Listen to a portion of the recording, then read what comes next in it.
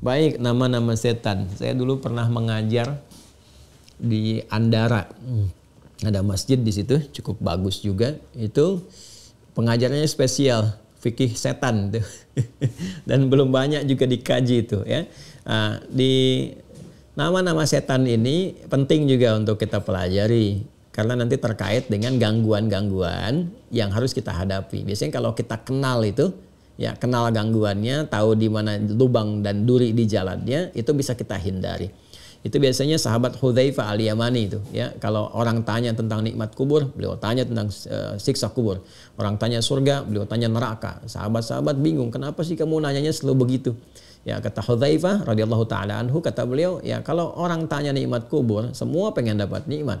Tapi kalau nggak pernah tahu tentang hukuman di situ, ya kita khawatir terjebak dan nggak bisa menghindari ya. Ya, orang banyak tahu tentang surga, banyak bertanya. Tapi kalau nggak pernah tahu tentang dahsyatnya neraka, lubangnya, jeratnya di mana, bagaimana menghindarinya? Ya, terkait dengan setan ini, kita turunkan beberapa lah sebagai efektivitas waktu ya. Contoh, misalnya kan, satu, saya tulis dengan Arab saja ya, al-hafaf. Ya, bukan afaf tapi hafaf. Ya. Kedua, ada lagi misalnya walhan. Walhan begini. Ada lagi khinzib. Ada yang menyebut khanzab. Ada lagi zalnabur. Zalnabur. Ada lagi mitras. Nah ini yang paling banyak nih mitras sekarang nih. Ya. Ada lagi awar. Ya, ada lagi dasim. Udahlah 7 aja dulu ya. Ini aja udah repot nih. Nama-nama setan nih. Kalau ada yang sama cepat ganti ya. Cepat ganti nih. Ya. Hafaf. Ini setan yang suka memberikan was-was pada penampakan berjudul binatang. Ya, pada penampakan ya pada binatang-binatang tertentu. Di begitu lihat takut, was-was, langsung ini. Nah, itu apalagi kadang-kadang binatang yang nggak ada terus tergambar di benak kita itu, ya. Awas, ada ular berkepala singa misalnya kan, atau ada macam-macam. Ini kadang-kadang seperti itu. Ini setannya namanya ini hafaf. Ya. Setan-setan yang berwujud penampakan-penampakan dengan wujud binatang atau keadaan-keadaan binatang-binatang tertentu yang kadang-kadang bersuara melahirkan was-was tertentu. Bukan takut alamiah ya. Kalau mendengar suara singa itu takut, nah itu wajar, ya kan? Tapi kalau Anda tiba-tiba misalnya dengar desis-desis tertentu, tiba-tiba nggak ada sesuatu, suara kucing kok malah takut malam-malam meong, gitu kan, tiba-tiba ada was-was apa? Nah ini yang bikin was-wasnya hafaf. Ya, yang paling populer tentang keledai. Ketika keledai meringkik, nah itu suara setan. Dan seterusnya. Tapi apa namanya itu ada babnya tersendiri, babnya. Nah, orang nggak ngerti nanti jadi bahan-bahan candaan atau macam-macam. Tidak, ada babnya sendiri. Kapan dia meringkik seperti itu, kan? Ayam berkokok, suara malaikat misalnya kan, bukan suara pada kokoknya, bukan. Memberikan kesan bahwa ketika dia berkokok itu ada malaikat yang sedang turun atau menunaikan tugas dan sebagainya. Tapi berkokok seperti apa? Apakah ayam ketawa yang nggak berhenti berkokok menandakan malaikatnya banyak gitu kan? Dan sebagainya. Nah itu ada babnya sendiri. Nanti dipelajari di bab tertentu khusus. Ya yang ingin saya katakan adalah kembali ke sini. Jika ada perasaan was-was kita pada binatang-binatang tertentu yang tidak wajar keadaannya. Atau bahkan binatang yang nggak ada tapi seperti digambarkan ini dan itu. Nah, ini hafaf namanya. Ya. Kemudian walhan. Setan yang melekat untuk menggoda orang-orang yang wudhu. Ya, sering dikenal dengan setan wudhu. Ya, memberikan was-was pada orang yang telah wudhu sampai ke sholat. Sampai ke sholat. Jadi, saat dia telah berwudhu, ya, ditunaikan wudhunya, diberikan kemudian was-was, diganggu. Antara yakin atau tidak sebetulnya sudah berwudhu. Batal atau tidak nih. Ya, baru dia takbir tuh diberikan was-was. Sebetulnya kamu batal tadi. Sebetulnya begini, begitu. Nah, ini tugasnya walhan di setannya ini. Ya, dan nanti ada babnya sendiri untuk mengatasinya. Ya, kata Nabi kalau nanti ada yang memberikan was-was seperti itu dalam wudhu kita atau bahkan saat sholat, jangan langsung putuskan batal. Ambil yang paling yakin atau pastikan. Kalau enggak kamu dengar kemudian suaranya atau kamu cium baunya, kata Nabi. Pada yang sudah pasti ya sifatnya. Tapi kalau gelisah berkelanjutan, ambil satu keyakinan. Ya, yakin apa nih? Yakin kita enggak batal. Sudah selesaikan. Kalau kita sudah ambil satu keyakinan, dia akan tinggalkan. Tapi kalau kita terus pertahankan wudhu lagi, jadi permainan nanti. Ya, setan mempermainkan ini walahan. Khinzib. Khinzib itu, ada yang membaca khanzab, itu setan menggoda orang sholat. Ya. Jadi dia mulai tugasnya, dia berdinas saat orang mulai bertakbir. Jadi begitu orang takbir, Allahu Akbar, baru langsung dia bertugas itu. Kata Nabi, diberikan gambaran kepada kita, dia akan berkata, udhkur kata, ingat ini, ingat itu. Nah, makanya kalau Anda sebelum sholat, saya sering uraikan itu. Kita bisa tenang keadaan itu. Seakan-akan ingin fokus pada satu keadaan tertentu, kondisi tertentu untuk ibadah. Tapi begitu Anda bertakbir, itu baru takbir, langsung terbayang berbagai hal. Nah, itu yang bekerja khinzib namanya. Ya kadang-kadang masuk lewat ya uraian taklim juga, ceramah juga. Dan begitu takbir, merasa digoda, ingatnya Anda katakan khinzib. Nah, itu setan juga tuh. Jadi mengondisikan supaya kita itu kehilangan keadaan kondisi khusyuk dalam sholat. Ini Zalnabur, ini setan pasar ini. Ya, kondisi-kondisi dalam niaga. Ya, pasar, ya kondisi kalaupun sekarang sudah jadi swalaya, supermarket, minimarket dan sebagainya. Ya, yang banyak tugasnya dia menjadikan yang tidak baik terkesan menjadi baik. Yang haram ya terkesan menjadi halal. Lalu kata-kata dimunculkan misalnya barang-barang yang kurang baik seakan-akan dikesankan baik. Awas hati-hati, ahli marketing tuh, sales-sales dan sebagainya. Ya, harus ada kejujuran. Jangan bekerja sama dengan Zalnabur, ini bahaya nih. Ya, memang kalau barang nggak baik, sampaikan kurang baik. Kalau bagus, sampaikan bagus. Kalau ada cacatnya, sampaikan dia ada cacatnya. Ya, jangan sampai barang kurang bagus, sampaikan ini bagus kok Pak. Kelihatannya aja seperti casing yang nggak bagus, padahal isinya bagus. Saya nggak begitu. Ketika dikemas kalimat-kalimat berbeda dengan kondisi aslinya, maka ini yang berperan. Atau melekatkan ingatan. Ya, suami istri main misalkan ke swalayan, toko tertentu, tas tertentu, ya beli enggak, tapi terus terbayang-bayang sampai ke rumah. Ya ini perannya ini. Ya, sampai mau tidur pun masih diungkit juga. Tadi tas itu bagus loh Pak gitu kan, padahal tas sudah banyak. Bapaknya bilang mah kan sudah banyak tas itu. Ya tasnya nggak penting, yang penting isinya apakah berkah atau tidak, mengantarkan kita pada ridha Allah atau tidak. Oh iya Pak, betul juga ya. Ya sudahlah, yang ada aja yang kita kena gunakan. Nah itu. Tapi yang tadi juga bagus kok Pak. Nah itu tandanya ini bekerja ini Zalnabur ini ya. Ini yang kadang-kadang juga dalam suasana proyek di pekerjaan dan sebagainya, dalam bisnis. Hati-hati tuh. Ya, jangan dikira akan mudah, tidak. Kadang-kadang bisa dari dalam, di internal. Ya, dikacaukan tuh kondisi bisnis dari dalam itu. Ya, misalnya Anda sudah bekerja bagus, sudah baik, gitu kan? Dan sudah berjalan dengan bagus, bahkan jadi kepercayaan dan sebagainya. Tiba-tiba ada godaan dari pihak tertentu, dari luar, diprovokasi, ya, supaya misalnya ditinggalkan pekerjaan itu, tapi saat yang bersamaan Anda didorong untuk menghancurkan pekerjaan itu, diprovokasi, sehingga ada kesan nanti satu perselisihan, ada kesan persaingan yang tidak sehat. Nah ini nih bisa terjadi nih. Ya, permainan tender, permainan macam-macam muncul. Ini hati-hati, harus belajar nih fikihnya supaya bisa mengentaskan itu semua.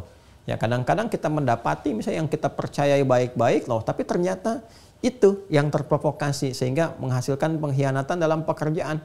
Padahal sudah disupport misalnya atau sudah diberikan fasilitas yang terbaik, tapi hancurnya tiba-tiba dari dalam. Ini harus belajar nih. Kalau pengusaha nggak belajar tentang ini, itu ada peluang terjadi. Jadi ketika bikin usaha itu harus paham tantangannya akan ada ini. Jadi siap kita membangun tim yang kuat dan terus ya diberikan arahan, pencerahan. Ini bisa muncul dan terjadi nih. Ya kalau sudah diberikan gambaran, kan Allah memberikan gambaran. Nabi ditugaskan memberi penjelasan. Jadi keterangan Allah dan Rasul itu kalau kita pelajari pasti terjadi. Pasti itu. Jadi kalau kita nggak pelajari dari awal, kaget nanti. Ya, dan kalau nggak tahu fikihnya, itu juga bisa bermasalah, ya, bermasalah. Ini metrash. Metrash ini kalau bahasa sekarang nih setan hoax.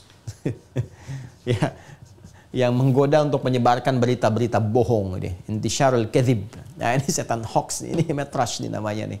Ya, awas nih, ini eranya nih cukup banyak sekarang, konten-konten dibikin, tuh kan? Yang nggak semestinya, kalimat-kalimat ditata atau macam-macam, atau mengondisikan sesuatu pada yang tidak benar demi tujuan-tujuan dunia tertentu dengan ini cara yang salah, cara yang keliru. Ini provokasinya setannya metrash ini. Hati-hati ya. Saya juga menyarankan dan juga memberikan pengingat ya. Kadang-kadang saya harus menegaskan. Ya, saya sudah menegaskan bahwa tidak memperkenankan untuk memotong-motong video. Jadi kalau mau belajar, teman-teman share aja supaya share-nya itu diarahkan kepada akun yang formal, yang benar. Untuk apa? Sebetulnya sih yang paling diharapkannya adalah untuk membentengi salah dalam menyampaikan sesuatu. Kadang-kadang terlihatnya bagus itu kan, terus dipotong nih. Yang jadi masalah adalah ketika saya menyampaikan sesuatu dan lengkap disampaikan, itu arah pembicaraan terukur. Ini kemana maksudnya? Jadi lengkap supaya bisa dilihat keseluruhannya. Ketika terpotong, itu sudah keluar dari konteks yang dibicarakan. Sekalipun mungkin yang dimaksudkan itu adalah kalimat-kalimat potongan baik, tapi ketika diletakkan bukan pada konteksnya itu bisa salah. Ya, jadi biasanya saya sudah briefing itu di admin, di teman-teman itu, ya di bagian IT dan sebagainya. Kalaupun ada yang minta izin untuk share, sharekan linknya supaya kembali melihat secara utuh. Ya, kenapa? Tadi untuk mencegah ini berperan. Dan seringkali itu terjadi. Banyak hal akhirnya kita harus mengklarifikasi sesuatu yang tidak ada sebetulnya. Kalau dikembalikan kepada utuhnya. Dan ini banyak terjadi sekali. Ada kasus dimunculkan ini, itu. Dan rata-rata menariknya itu ceramah-ceramah yang lama. Yang mungkin belum seperti sekarang keadaannya. Ada orang shoot pakai kamera tertentu, potong dan sebagainya dengan niat-niat yang Allahu a'lam. Tapi kita mencegah itu lebih baik sehingga tidak terjadi hal-hal yang tidak diinginkan.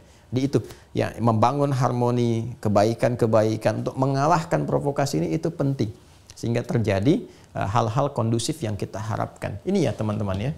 Hati-hati nih setan hoax, jangan terjebak nih berita-berita, tulisan, status dan sebagainya. Awar. Ya, setan penggoda yang mengarah kepada zina. Hati-hati ya, hati-hati nih. Awas ya. Dan ini sesuai zamannya nih, sesuai zamannya. Ya, ada godaan-godaan klasik ya, baik anak muda yang sudah balik ataupun sampai ke orang dewasa. Supaya apa? Supaya terjadi hubungan-hubungan yang tidak semestinya. Ya, belum menikah, terjadi hubungan yang tidak dibenarkan, atau sudah menikah, tiba-tiba senang lirik pasangan orang lain, dalam pekerjaan yang terlihat kok ini lebih baik, terlihat lebih memesona dan sebagainya, sehingga orang bikin ungkapan, rumput tetangga lebih hijau, lebih ini, lebih itu. Ini provokasi dari sini. Hati-hati. Ya, termasuk dalam taklim juga hati-hati ya. Harus berlindung kepada Allah Subhanahu wa taala. Ya, ada ustadz tuh ya. Jangan sampai Anda menempatkan di luar batas-batas ya dari porsinya. Nggak boleh itu.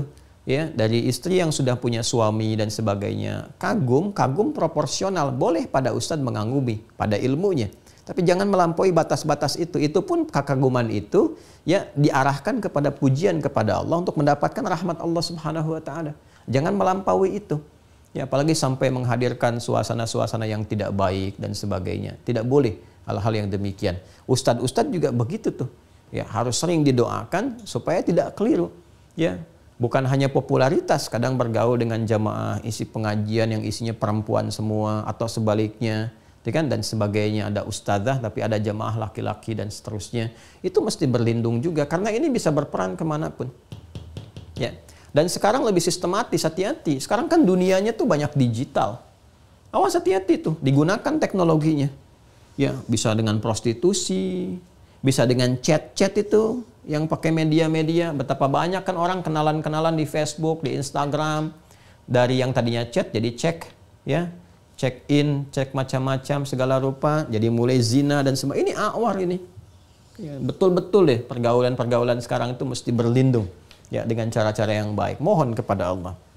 Minta kekuatan. Ini bahaya ini, ya. Nanti kalau sudah dibawa ke rumah, nah ini pengganggunya ini nih, dasim. Setan rumah nih. Setan rumah. Dia mengganggunya macam-macam. Ada yang berusaha memecah belah suami dengan istri. Yufarriquna bihi bainal mar'i wa zaujih.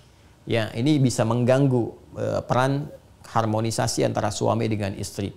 bicara sedikit kok jadi ribut gitu kan. Kadang-kadang ada yang menggunakan dari luar, berperan seperti magic untuk memecah. Itu ada juga, itu ada di Al-Baqarah, Quran surah 2 ayat 102. Ya, kadang-kadang bikin nggak enak masuk ruangan, ada ketakutan tertentu. Nah, ini yang berperan dasim nih.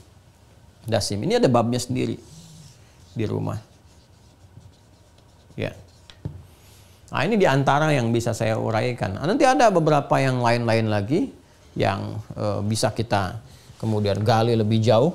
Ya, ada kadang-kadang di berbagai aktivitas ya, di dunia musik misalnya itu ada juga setan-setan yang melekat itu. Kayak mesti hati-hati, itu ada babnya sendiri. Ada babnya sendiri. Ya, terkait harta benda misalnya ada juga. Ya, kadang kan udah waktunya zakat masih ditunda-tunda. Ya, sudah tahu zakatnya di Al-Muharram, ditunda sampai Ramadan. Ya, kadang-kadang kesannya seperti bagus supaya pahalanya melimpah, supaya lebih banyak. Bagaimana kalau Anda meninggal di bulan Rajab? Ya kan? Sudah tertinggal 6 bulan itu belum tersalurkan. Sementara ada anak yatim, fakir miskin menunggu hak mereka untuk didapatkan belum tersalurkan. Ya, nah, ini banyak hal teman-teman sekalian, maka mesti hati-hati di antara jenisnya. Ini ada babnya sendiri. Ada babnya sendiri. Saya tidak menjanjikan, tapi nanti kalau sudah kita masuk ke masanya, kan kita terkurikulum di Mira itu terurut ya, supaya terukur gitu. Pelan-pelan nanti sudah masuk, kita bahas ini tuntas. Ya, tuntas. Saya masih ingat waktu di pesantren itu, waktu awal-awal masuk, ya kita berlatih supaya bangun malam, tahajud dan sebagainya. Terus baru belajar silat itu ya, waktu itu menarik tuh, malam-malam tuh digoda, awas keluar ada nanti makhluk yang di atas pohon begini begitu. Itu saya sampai menarik itu saya untuk mengeluarkan segala kegelisahan dan ketakutan dalam diri itu, sampai saya katakan, kamu beraninya menggoda, keluar kalau berani. Saya udah belajar silat waktu kecil itu ya kan, tahunya memang setan tuh menggoda, setan tuh penakut ya, setan tuh penakut. Ya, dia hanya bisa berkuasa pada yang lemah. Makanya menghadapi setan itu sederhana sebetulnya, karena kan sifatnya nggak maksa. Dia tidak memaksa.